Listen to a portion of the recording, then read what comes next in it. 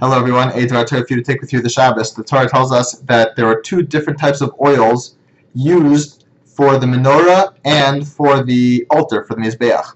For the service of the Mizbeach, of the altar, you could use second grade olive oil, but for the menorah, for the light, you needed the absolute pure olive oil. So what they would do was they would take the olive, they would squeeze it originally. The original oil that would come out from the olive, which had no sediment in it, was kosher to be used for the menorah. Then they would then take the olives and crush them to get the rest of the oil out of the olive. Obviously, when you're crushing the olive, then there will be pieces and sediment. They would take that olive oil with the sediment, refine it, strain out the sediment, and then use it on the altar.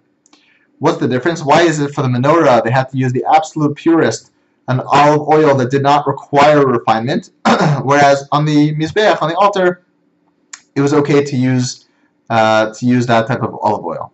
So Moshe Feinstein says, as we all know, that every single thing in the Mishkan represents an idea or a concept much greater than itself. It's a physical manifestation, a physical icon for a greater idea.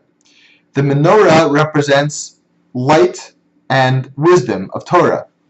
And the Mizbeach, the altar, represents general service, the general service of the people. So says Rav Moshe Feinstein, for most of us, for most people, we all have things that are lacking in ourselves. We have sediment and pieces floating around in our olive oil.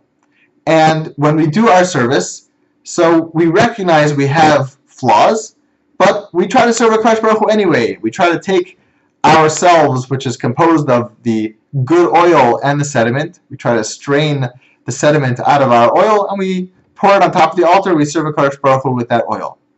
However, says Moshe Feinstein, when it comes to the menorah, which is the spreader of light, which is the teacher of Torah, the teachers of Torah of the Jewish people must be those that when they're teaching have absolutely no sediment, that do not need refinement, meaning that are the types of people who we don't have to explain, he does that, but it's really good, or it's really not so bad, or it may look bad, but he's really much better inside, or he's still honest even though he does that.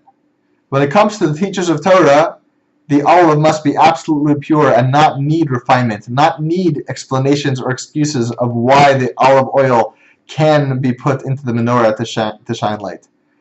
The Gemara elsewhere says that, quoting a verse, or explaining a verse, that if your teacher is similar to an angel, then ask Torah from his mouth, which means then you should be willing to learn from him. But if your teacher of Torah does not resemble an angel, then you should not request him to teach you Torah. The level of the Torah scholar that teaches Torah must be of the purest and finest oil. Have a great chance.